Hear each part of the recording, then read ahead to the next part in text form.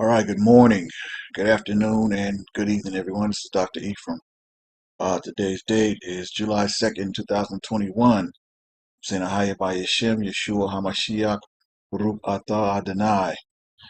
So if you listen to the sound of my voice, you were blessed to see yet another day, and all praise due to the Most High Ahaya, for now and forever.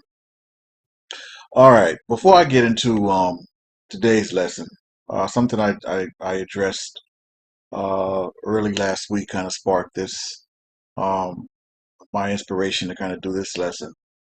Um, but I want to preface by saying first and foremost, as I've said before several times, I my journey has been like no other. Like seriously, I've done for a man my age. I mean, there's people that much older than me that hasn't done half the things I've been able to do in my life by grace, mercy, and Most High. And I say that because with that comes a lot of experience, a lot of, knowledge about different things, not just one particular thing. Because I feel like, if you're just stuck on one thing or one person, you're doing yourself a disservice. Because, one thing I do agree with it says the Bible says you must show yourself, you must study to show yourself approved. And I believe that. I believe you have to, and when I say that, I don't mean by just jumping from person for listening to everything that everyone has to say. No, because that could be detrimental too. Because you got to be careful what you let people let when people speak into your spirit. You have to be careful who you let do that. So that's why you have to try their spirit and discern whether they're of God or something else. But before I start the lesson, like I said, the brother minister knew the truth, and I'm confused as to why he still has the nation still going on, yet knows the truth. But with that said, and again, because I am who I am, I'm uniquely qualified to do this lesson. I'm still, regardless of where I am right now, I'm still a branch off of that tree as being a former member of the nation of gods and earths, right? So I feel like, I am uniquely qualified to question or speak about what I need to speak about. I'm not getting into any kind of gossip and, conspiracy theories and all that. I'm dealing strictly and exclusively with the fact that um, you know, brother minister gave a speech, and I'm going to dissect all of that. And clearly, and he's an intelligent brother. He's an intelligent brother. He really is. I mean, I have a lot of respect for him from a social standpoint. He's got a lot of wisdom, a lot of wisdom. See, I don't look at him just as a so-called, as a religious figure. I look at him as an elder, as a very wise man. So with that said, with his wisdom, I mean, the brother, I think he can play the piano, the violin, if I'm not mistaken. He speaks Arabic. I wouldn't be surprised if he speaks Hebrew. So clearly he's a very multicultured, intelligent, and wise brother. So I did this lesson because I wanted to question some things. And before I even get into that, to many of you who have no idea about, the Nation of Islam, where it came from, how it started, this and that, all the little moving parts. I'm going to give you a basic thesis, a very, I'm not going to give you a whole big long, story but I think it's important to add context when you're doing a lesson or a story like this because it helps you all to understand who may not know, exactly about the nation and how it came about and how, the brother minister came into power as far as being the head, of the NOI. So, I think it's important to establish that. So I'm gonna get into that, give you a basic backdrop of the nation. But let me say this real quick, and I don't know if and I doubt this is confined to just our people or whatever, but it's funny how, almost with any organization, it starts out one way, but then someone's going to get disgruntled or dissatisfied. It's going to splinter and break off something else, from the original movement. I mean, it never fails with us. I mean, you know, um, we went through a lot. Moses went through a lot with our people. I mean, all of what the Most High did, for them. I mean, you talking about parting the Red Sea, man. Oh my God, can you even imagine? Like, I mean, after seeing something like that, and they still was murmuring, complaining, messing with the calf gods, all this kind of stuff. So, I mean, my thing is Moses, almost all of the great men, of God went through, pushback with our people, whatever the case may be. And it's one of the reasons why we're in the conditions we in now. Because, I mean, we a trip, man. I love us, but I said it before and I say it again. We represent the best and the worst both at the same time. I mean, really, right? And I don't know why that is, but there's always going to be someone that wants to go off and do their own thing, right? So anyway, we're gonna go ahead and get into it, and let's get it. Okay, like I said, you guys can always, do a search. I'm just giving a pretty much a, paraphrasing the history of how the Nation of Islam started and, so on and so forth. Now this man you're looking at, he goes by the name of Wallace Farad Muhammad, and eventually went under the moniker Master Farad Muhammad. Now, he started back in Detroit. They said around about 1930s when he started going around preaching a different type of Islam to black people. Now his history is kind of murky, as far as where he comes from. I think he might be from the Middle East somewhere. They're not really sure. But at some point, his black followers really grew with this whole with his teachings. Now, when you look at this man, at least for me, I mean, clearly his ethnicity is kind of what I would say is kind of you look and you can't really tell. I mean, he looks on the surface, he kind of looks like a white man, but his race is kind of ambiguous. But my thing is, he had a bunch of black people calling him master Farad Muhammad at a time when, first of all, you're like a white man leading a bunch of black people calling you master. Like conceptually, that always had an issue with me. And clearly, I was the only one that thought that because as we'll get into a little later on, Clarence 13X, who was a member of the Nation of Islam, he felt the same way about this Farad Muhammad. Like calling this man, this white man. They even had a picture of him for the longest time up in the mosques. Um, all in the NOI mosque or whatever. So anyway, apparently he's the starter of the nation, and at some point, and we'll get into the next segment, he met Elijah Muhammad, who ended up kind of taking over because this man right here, this Farad Muhammad, he just disappeared off the face of the earth in 1934. Right now, there's a lot of speculation about what happened to him, this and that. I'm not getting into that, but yeah, he just basically vanished off the face of the earth. Like, but when he met Elijah, he convinced Elijah Muhammad that he was God in the flesh, and to this day, the Nation of Islam, that's a part of their ideology that this man you're looking at was God, this Farad Muhammad in the flesh.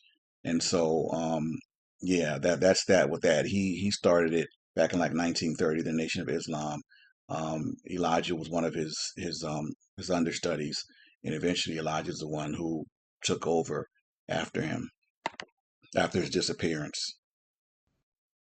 All right, this person we're looking at, this is Elijah Muhammad. He was the uh, long-held leader of the Nation of Islam from really about 1934 when this Farad Muhammad disappeared up until his death in about 1975 when he turned it over to his son Warith Deen Muhammad. Now, the message of the Nation of Islam was black self-empowerment, and from my position at that time, from a social standpoint, yeah, we needed something like that to tell us that we were somebody, that we needed discipline. Got a lot of black people off of drugs, and got a lot of our sisters out of prostitution. So I mean, strictly from a social standpoint, especially at that time, I applaud that. Right, like I said, all the religious stuff, you throw into Islam, whatever, that's another thing. But there's no denying that the Nation of Islam, was positive and uplifting to a lot of black people at a time when we needed something to be proud of. One thing I always respected about the Nation of Islam is that they were always about discipline. Unlike the 5% nation of gods and earth, I'm gonna tell you straight up, we was more gangster. We was more, I won't say savage. We weren't as disciplined as the Nation of Islam. Even though we rode together, by the time my generation came along, a lot of the NOI, they rode with the gods. So we clicked up. So, it wasn't no thing by the time my generation came around. But I did notice that the Nation of Islam, specifically the Fruit of Islam, who's like the security force of the arm of the NOI. They were very disciplined. They stressed discipline. Which is ironic because one of the reasons allegedly that Malcolm X kind of made his decision to leave the nation was rumors of jealousy and rumors that this man had Mr. Elijah Muhammad fathered a lot of kids out of wedlock with a bunch of young Nation of Islam sisters or whatever the case may be. And of course, that was displayed in the movie. And I'm not saying that for gossip purposes, but it's a part of history, and it is what it is. If you want to want to research that, you can, but it's what it is. But yeah, Mr. Elijah, he took over the nation when Farad disappeared in 1934, and he held on to his position as a Nation of Islam leader until 1975, when he turned it over to his son, Warith Deen Muhammad. Okay, and this brother right here, this is Elijah Muhammad's son, Warith Deen Muhammad. At some point, just like Malcolm, he discovered, Orthodox Islam or Al-Islam, and he found out that his father's theology was not in line with Al-Islam or the Islam practice around the world, with millions and millions of Muslims. So he went to him with it and told him, he basically confronted Elijah about what he thought. And of course, Elijah got mad and, kind of kicked him out. But then he thought about it, and he kind of brought him back, so he was right. So in his last speech, Elijah allegedly told the congregation of the nation, said, "Listen, when I go, Warren is gonna take over, and he's gonna take you to another level." Basically, he was telling them, he was trying to kind of trying to prepare them for his son Warren taking him to Al Islam, not the Nation of Islam stuff. Because one of the things Warren Dean did is he rejected the deification of Farad. Muhammad said he wouldn't know God in the flesh and all that, and he rejected that. He rejected all of the Nation of Islam stuff. When his father died, Warren Dean shut all of that down with all of the Nation of Islam stuff. But however, there was pushback. There was pushback from a lot of the people because they felt like, well, maybe so. And that could be true, what he was saying, what he was trying to do. But however, they was like, ain't no Arab Muslims came in the hood and saved us to save me. Why we gotta take on the Arab practices? That's how they saw it. 'Cause they looked at us like they had their own thing at that point. So maybe it wasn't totally like what quote unquote Orthodox or real Islam is, but there was a lot of pushback on that. So, Q the brother minister, Farrakhan, who, him and along with some other brothers, they wasn't hearing that, when Dean basically shut down the nation, that's when Mr. Farrakhan stepped in and was like, nah, we not doing the shutdown thing, you know. And so that's how basically, yeah, of course there was a, inner conflict with that whole, movement of shutting down the nation, and then, brothers not going for it. So there was a little inner, push pull with that. But that's what Warren Dean, Elijah's son, put forth when he died. He basically shut down the nation, and Farrakhan was like, nah, he revived it. So here's the brother minister, the Honorable Minister Louis Farrakhan. For those uh, who by chance may not know. But like I said, when Elijah's son Warith Deen took over the nation, he shut all the nation stuff down. He stopped teaching the Nation of Islam ideology. And for a while, Brother Farrakhan, he rolled with it. He even gave Farrakhan a new name and all. But basically, at some point, the brother minister, he wasn't feeling the movement of where the nation was going, where Warith Deen was taking them. Because Warith Deen, at that point, he was an actual imam. He took on the whole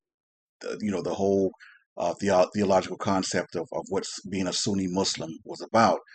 And given that I've already said that Brother Farrakhan was an intelligent man. He's from New York City. I believe he's from the Bronx. He, for whatever reason, back in like 78, 79, or somewhere in there, he kind of separated himself from Warren Dean, and right about 1981 or so, he started up the Nation of Islam with the whole final call thing. And he wouldn't let the movement go. He wanted that back. He wanted that old thing back, as the song said, right? And he didn't miss a beat. He basically, he revived it. all the same theology with this Farad Muhammad being God in a person, God in the flesh, and all this kind of stuff. And he said that he had certain visions and from things like that. So I mean, he to this day he is still the leader of the Nation of Islam. Now, I don't know if many of you have seen this video of a very young Farrakhan, clearly distraught and upset after the death and the assassination of Malcolm X. Some things came out later. He made a speech about, what business is of anyone if we deal with a traitor the way you deal with a traitor. He said a lot of things that implied certain things, and but from what I saw, he was uh, grieving deeply over the brother's assassination.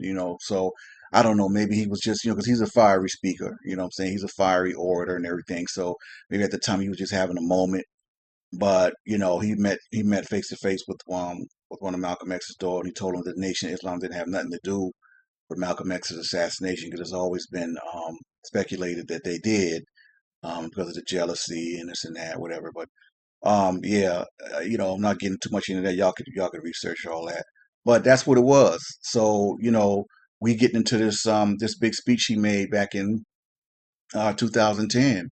I was just like, wow, what?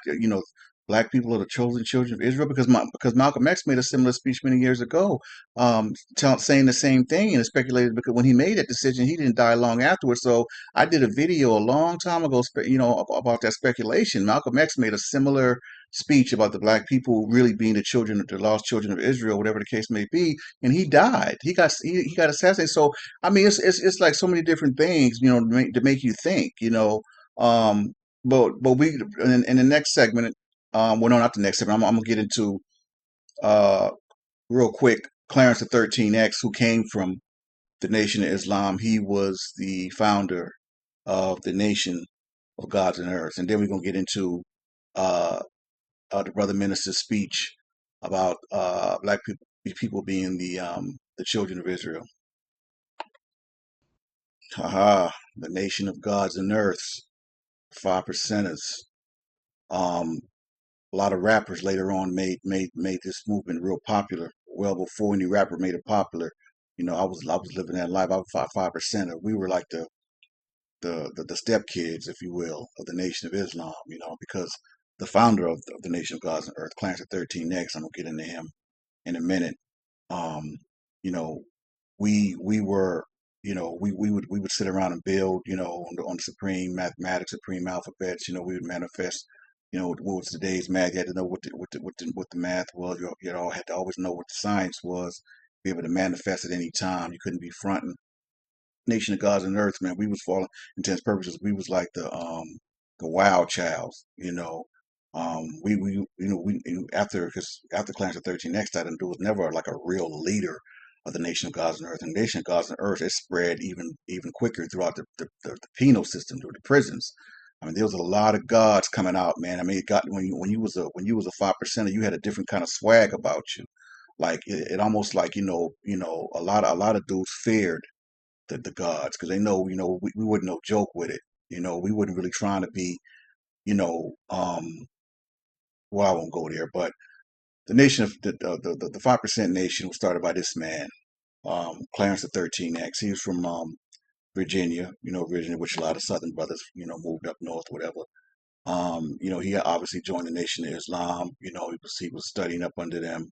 And what was happening was apparently he was going around teaching the nation's lessons to people who weren't in the nation, to brothers who weren't in the nation, but he was putting his low spin on it with the supreme mathematics and things of that nature. And a lot of the higher ups in the Nation of Islam, some of the captains, I believe, they wouldn't feeling that. It was like, nah, man, you shouldn't be teaching the lessons to a bunch of 85ers. His position was like, well, I mean, how you expect them to be a 5%? If they're not taught, who they are or whatever. So basically he didn't stop teaching. He was like, nah, I'm not finna stop. So, then he was like, at the end, and then I think one of the final straws for Clarence of 13X was that he really began having doubt, about this Farad Muhammad. And he started not to believe that this Farad Muhammad was no divine messenger. he's Clarence of 13 has concluded that the divinity was found in all black men. He said that the Nation of Islam's teachings to him were contradictory because they taught that God is black, but encouraged reverence of Farad Muhammad, who was not exclusively African American, looked like a white man. He didn't understand that. He wasn't feeling that. So he left and started the Nation of Gods and Earths, and so there was inner turmoil, with that movement, whatever the case may be. And he survived the shooting back in like '64 or whatever, and so that kind of really mystified his existence, to his followers and whatnot. But then he was actually killed, gunned down in 1969. His brother's been dead since 1969. And he started calling himself, Allah the Father, which I never called him that. I never called no man Allah, 'cause that's the equivalent of a man claiming a man calling himself a higher. So that never set well in my spirit to call no man Allah, but that's what he was known as, the Father. So that's the backdrop. All right. So now, the very next segment, we're gonna get into the actual speech of the brother minister, knowing the truth that the black children are children of Israel, yet still the Nation of Islam exists in its current state. The speech was given June 26, 2010, and I'm reading an article entitled Farrakhan, Blacks Are True Children of Israel, written by Brother Richard B. Muhammad and Ashed M. Muhammad. All right. And it says, the Honorable Minister Louis Farrakhan lays out Black America's prophetic destiny, exposes truth of Black-Jewish relations yesterday and today. And it said, the Honorable Minister Louis Farrakhan, June 26th, delved deeply into the subject, using the words of his teacher, the Honorable Elijah Muhammad, biblical prophecy, and an analysis of historical data to solve the mystery and declare the prophetic children of Israel are not living in the modern Jewish state in the Middle East, but in fact are the black man and woman of America. The minister's words answered a question posed in the title of his lecture, quote, "Who are the real children of Israel?" The message was delivered before a standing room only crowd of 5,000 people crammed into the Louis Foley Jones Atlanta Civic Center, where every seat was sold in the main auditorium and where seats in an overflow room or simply a place to stand in the building were prized commodities. The Nation of Islam minister explained how scriptural references were used to frame and create social and political reality as Zionist thinkers and leaders justified and carved out the modern Jewish state. He uncovered the long history of blacks, Jews relations, and Jewish connections with control of blacks and their impact on black progress, and the lack of black progress from slavery in the days of King Cotton centuries ago to control entertainers and athletes today. The Honorable Elijah Muhammad said that Almighty God, Allah, revealed to him that the black people of America are the real children of Israel, and we are the choice of God, and that unto us he will deliver his promise, said Minister Farrakhan. This question says that somebody has usurped our position. This question says that somebody has taken the promise of God to the children of Israel and claimed it for themselves. He said, blacks in America are God's people, not those who inhabit land in Palestine, the minister said. These are the people that if you bless us, then God will take off America some of the plagues that are now coming on America that will get worse after I deliver this message tonight, said the minister with hands outstretched toward the audience. He challenged biblical and Quranic scholars to disprove what he said, offering to pay with his very life if proven false. He also delivered guidance and a warning. To all of those who feel that the children of Israel are over in that place they call Israel, you are mistaken. To the Christian right who feel that if you bless that Israel, you will be blessed, but for over 60 years, that nation has not been blessed. It's time now that a proper dialogue be set up to answer the questions that I've raised and answered. It is time for the scholars to sit down and listen to and look at scripture and prophecy to find out who is that last one that would usher in the kingdom and bring about the end of this present world. Wow. So let me just kind of stop there. With all of what I just read, from this article, right? My confusion is with, because obviously 2010 was a long time ago, and to my knowledge and understanding, he hasn't really said anything much about it since that. But why would you reveal something so that was a major revelation right there?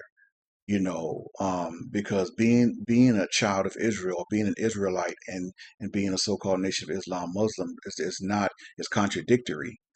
So I don't understand how and why the Nation of Islam still exists in its present form, the way it's always been. If you revealed and told your followers that we are the children of Israel, and I don't get that at all.